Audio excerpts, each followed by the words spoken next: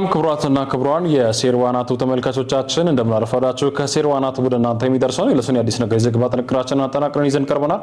ይህን የዘገባ ጥንቅር ምርናት ማድረስ አብሬ ቆይታ ማድረገው ነው የዘላለም ታረቀኝ ነኝ። እናንተም ደግሞ እስከ ዘገባ ጥንቅር ፍጻሜያችን ድረስ አብራችሁን ቆይታ አድርጉ። በስተመጀመሪያም አብይ ነጥቦችንም ማስደመጣችሁ ይሆናል። ወደዛው አልፈያ የታሰሩት በአስቸኳይ ይፈቱ ምክር ቤቱ ኢትዮጵያና በአዘርባይጃን መካከል የተደረሰው የመከላከያ ትብብር ስምምነት ለማጽደቅ የቀረበው ረቂቅ አዋጅ ለአዘርባይጃን ፓርላማ ቀረበ። ሱዳን ብሉ ናይል ግዛት ከ12000 በላይ ኢትዮጵያውያን ስደተኞች እንደሚገኙበት የተባበሩት መንግስታት ድርጅት አስታወቀ። አሜሪካ የኢራን ወደቦችን ለመዝጋት ማቀዷን ተከትሎ የዓለም ነዳጅ ዋጋ ጭማሪ አሳይቷል። የመንግስታቱ ድርጅት ዋና ጸሐፊ አንቶኒ ጉተሬዝ አሜሪካና ኢራን ወደ ውይይት ጠረጴዛ እንዲመጡ ጥሪ አቅርበዋል። እነዚህ አብይ ነጥቦቻችን ነበሩ። ለተነተነው ዘገባዎች ማልፍ ይሆናል። ተከታተሉ። በአክሱም ከተማ በጁማ 3 ቀን ያጋጠመው ረብሻና ግርግር በአስቸኳይ እንዲጣራ የትግራይ ክልል የእስልምና ጉዳይ ምክር ቤት አሳሰበ። በሶላት ሰዓት በተፈጠረው ረብሻና ግርግር በጸጥታ ኃይል የታገዘ አዛን በአስገዳጅ የማቆም ተግባር ተፈጽሟል ብሏል ምክር ቤቱ። ለዘመናት የቆየ መከባበርና መቻቻል የጣሰ መስገጃ ቦታ በመዝለቅ ቅዱስ ቁርአን እስከ መቅደድ ድረስ ያልተቀደሰ ተግባርና የፈጸሙት ሲል አውግዘውታል። ሶላት ለመስገድ የተሰበሰቡት አማኞች ማሰር ልክ እንዳልሆነ የጠቀሰው ምክር ቤቱ ታሳሪዎቹ በአስቸኳይ ይፈቱ ብለዋል። ታሳሩ የተባሉ የእስልምና እምነት ተከታዮች ቁጥር ያልጠቀሰው ምክር ቤቱ ሕግን ጠቅሶ ሕገ ወጥ ተግባር የሚፈጽሙት አካላት በአስቸኳይ ለሕግ እንዲቀርቡ አሳስቧል። በጁማ ቀን ለሶላት የወጡ አማኞች ይህ ድምጽ ማጉያ እንዳይጠቀሙ ከማስጠንቀቅ ከመከልከል በዘለለ በጸጥታ አካላት የታገዘ የመቀማትና የመስበር ተግባር በፈጸሙ አካላት ላይ እርምጃ እንዲወሰድም አሳስቧል። የመንግስት ሕገወጥ ተግባር በፈጸሙ የጸጥታ አካላትና ተባባሪዎች አስተማሪ የእርምት እርምጃ እንዲወሰድ ምክር ቤቱ ጠይቋል።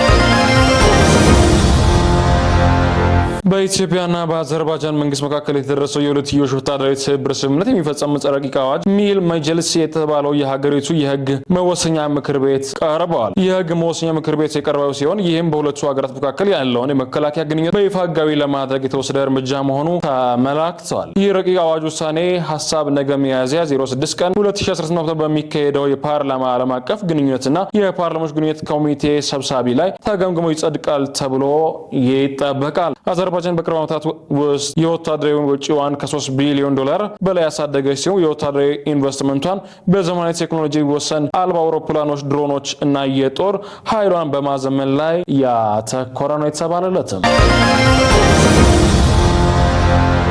ሱዳን ብሉ ናይል ግዛት ከ12000 በላይ ኢትዮጵያውያን ስደተኞች እንደሚገኙ የተባበሩት መንግስታት ድርጅት አስታውቋል።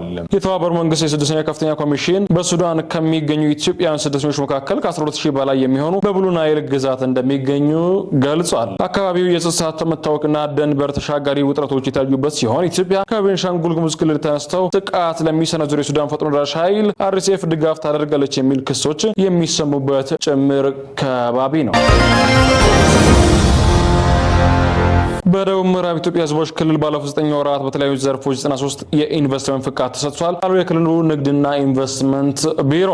የቢሮ ኃላፊ አቶ ታሪኩ አካሉ ለፋና ዲጂታል እንዳሉትም በግብርና ዘርፍ 44፣ በኢንዱስትሪ ዘርፍ 35 እና በአገልግሎት ዘርፍ 14 የኢንቨስትመንት ፍቃዶች ተሰጥቷል ብሎለታል። አዲስ የኢንቨስትመንት ፍቃድ የሰጣቸው ባለሀብቶች አጠቃላይ 3 ቢሊዮን 350 ሚሊዮን 897476 ብር ካፒታል ማስመዝገባቸውን ገልጸው ይህም የእቅዱ 79.2 በመቶ መሆኑ ተረጋግጧል። አሁን ላይ በክልሉ በግብርና በኢንዱስትሪና በአገልግሎት ዘርፎች 195 የኢንቨስትመንት ፕሮጀክቶች መኖራቸውን አንስተው ከ8.9 ቢሊዮን ብር በላይ ካፒታል ያስመዘገቡ መሆናቸውም ተመላክቷል። በክልሉ ውሳኔ ላገኙ የኢንቨስትመንት ፕሮጀክቶች 7452.228 ሄክታር መሬት ማስተላለፍ ተችሏል ያሉት ኃላፊው ነባር የኢንቨስትመንት ፕሮጀክቶች ይዞታና ኦዲት በማድረግ 48852 ሄክታር ወደ መሬት ባንክ እንዲገባ መደረጉን ጠቁሟል። በኢንቨስትመንት ፕሮጀክት ለ3205 ዜጎች ቋሚ እንዲሁም 80215 ዜጎች ጊዜያዊ ስራ ዕድል መፈጠራቸውንም ተመላክቷል። ከክልሉ በተለያዩ ዘርፎች ለመሰማራት የሚፈልጉ ባለሀብቶች ምቹ ሁኔታ ለመፍጠር ዝግጁ እንዲሆኑ ባለሀብቶችም የተለያዩ የኢንቨስትመንት አማራጭ በመጠቀም ኢንቨስት እንዲያደርጉ ጥሪ አቅርበዋል። የኢትዮጵያ አርቲፊሻል ኢንተለጀንስ ኢንስቲትዩት ዋና ዳይሬክተር ወርቁ ጋቸና ኢትዮጵያ በአርቲፊሻል ኢንተለጀንስ ላይ ያላትን ተሞክሮ ለአፍሪካ ሀገራት ለማካፈል ዝግጁ ናት አሉ። የላይቤሪያ የውጭ ጉዳይ ሚኒስትር ሳራ ቤይሴሎ ኔቲ የተመራ ልዑክ ኢትዮጵያ አርቲፊሻል ኢንተለጀንስ ኢንስቲትዩት ጎብኝቷል። የኢንቨስትመንት ዋና ዳይሬክተር ወርቁ ጋቸና ተቋሙ የማህበረሰቡን ችግር ለመፍታት በዘርፉ ከጥናት ምርምር ጀምሮ ያከናወናቸው ተግባር በተመለከተ ገለጻ አድርገዋል። በገለጻቸው ኢንስቲትዩት የሀገሪቱ ትብብር ላይ በትኩረት እንደሚሰራ ተሞክሯቸውን ለሌሎች የአፍሪካ ሀገራት ለማካፈል ዝግጁ መሆኑን አረጋግጧል።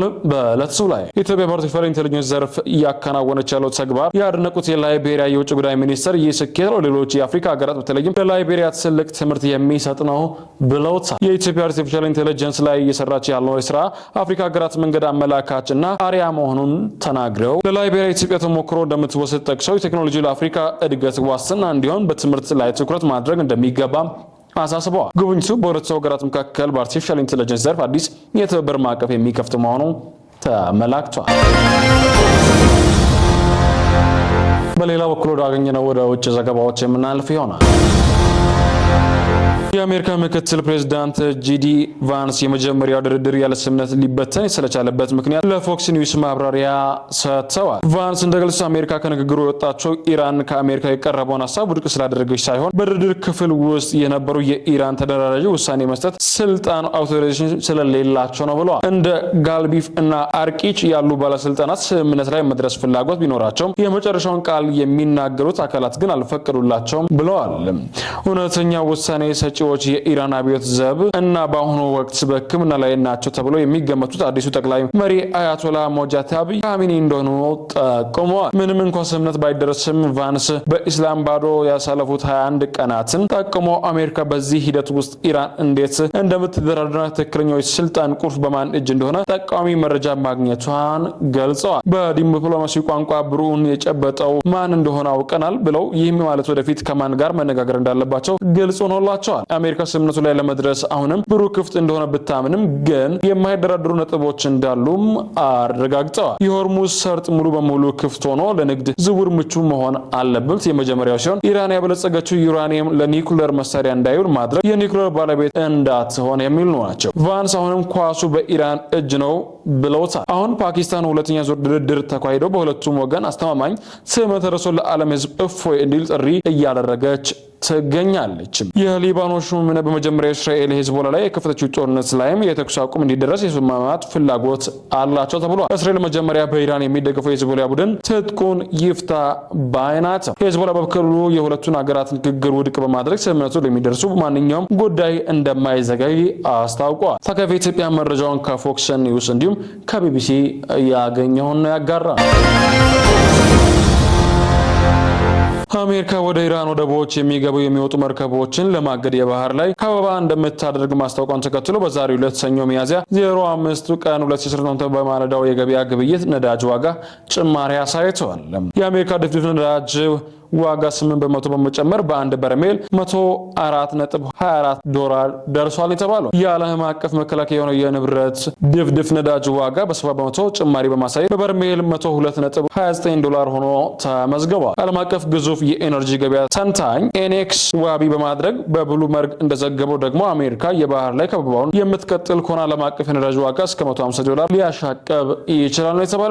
አሜሪካ እስራኤል ጥቃት በኢራን ላይ በየካቲት 21 ቀን 2017 ከመጀመሪያው በፊት አንድ በርሜል $7 ገደማ ይሸጥ የነበረ የበርሜል ነዳጅ ዋጋ ጦርነቱ ከተጀመረ በኋላ ከፍተኛ መዋዠቅ የታየበት ሲሆን በአንድ በርሜል ዋጋ እስከ $119 ድረስ እንደነበር የሚታወስ ነው። ባለፈው ሳምንት አርብ በሚያዝያ 02 ቀን 2017 አሜሪካና ኢራን በፓኪስታን ንግግር ከማድረጋቸው በፊት ለሰኔ ወር የሚቀርቡ የብረት ነዳጅ ዋጋ በ0.8% ቀንሶ በበርሜል $95.20 ነበር።